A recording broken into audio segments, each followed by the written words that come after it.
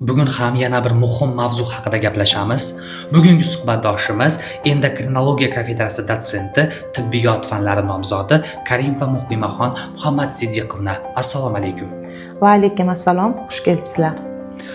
Muqima opa, aytingchi, bugun mana Farg'ona viloyati yod tanqisligi bo'yicha sezilarli darajada oldinlab ketgan.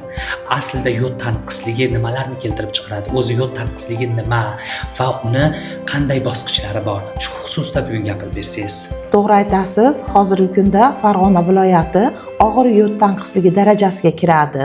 Bu 2016-yilda epidemiologik tadqiqotlar o'tkazilishi natijasida mana shu Respublika endokrinologiya markazi tomonidan statistikasida kelib chiqqan nimada yod tanqisligi og'ir darajasi deb belgilangan. Hozirgi butun dunyoda 2,5 milliarddan oshiq insonlar yod tanqisligi kasalliklariga uchragan. Bu muammo butun dunyo olimlarining global muammolaridan hisoblanib kelmoqda. Yod tanqisligi kasalliklari nimalarga olib keladi?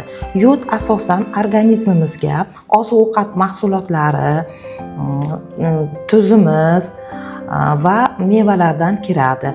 Bizning O'zbekiston Respublikasi okeanlardan, dengizlardan uzoqda yashaganligi uchun bizda dengiz mahsulotlari yetarli miqdorda iste'mol qilmasligimiz natijasida yod tanqisligi kasalliklari juda ham ko'p rivojlangan.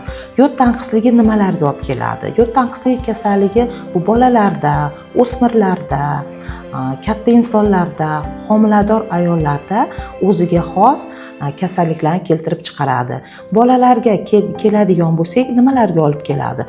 Bolalarda yod tanqisligi ularni jismoniy rivojlanishiga, jinsiy rivojlanishiga, aqliy rivojlanishiga juda ham katta salbiy ta'sir ko'rsatadi. Ya'ni nima bo'ladi?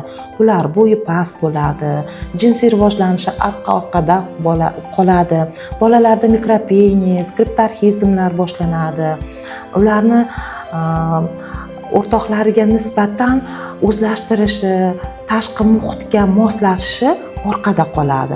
O'smirlarda nima bo'ladi? O'smirlarda ham, qizlarda ham reproduksiyasiga ta'sir qiladi. Ularni hayz sikllariga, o'g'il bolalarda jinsiy rivojlanishi orqada qolishiga, ularni aqliy rivojlanishiga, ana shu o'zlashtirishlariga, tez charchoviga, layoqatsizlikka, terilar qurtlashishiga, sochlar to'kilishiga olib kelardi.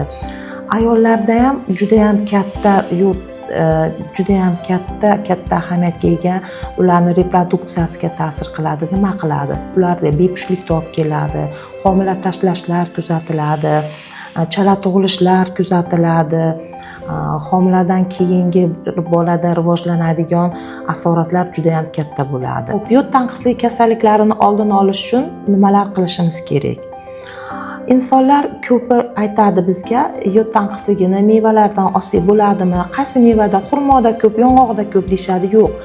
Bu fikrlar juda ham noto'g'ri fikrlar, chunki biz 100 mikrogramm yodni organizmimizga qabul qilishimiz uchun biz 3 kilo xurmo, 2 kilo yong'oq yeyishimiz kerak, chunki ularning tarkibida 2,1 mikrogramm yod saqlaydi. Biz bu kasalliklarni oldini olishimiz uchun albatta har bir insonlarga individual yondashishimiz kerak. Ya'ni ularga yod saqlovchi preparatlar bilan bu kasalliklarni oldini olishimiz kerak. Yosh bolalarga o'zini kategoriyalari bor. 6 yoshgacha, 9 yoshgacha, 12 yoshdan 18 yoshgacha va emizikli, homilador ayollarda yod preparatlarini belgilash bu albatta endokrinolog shifokor tomonidan belgilanadi. Hozirgi kunda yod tanqisligini kasalliklarini oldini olish uchun har bir bemorga individual yondashishimiz kerak. Ya'ni ularga o'rin bosuvchi terapiya va yod preparatlarini kunlik ehtiyoji uchun beramiz. Yod yetishmovchiligi kasalliklarini davolash bu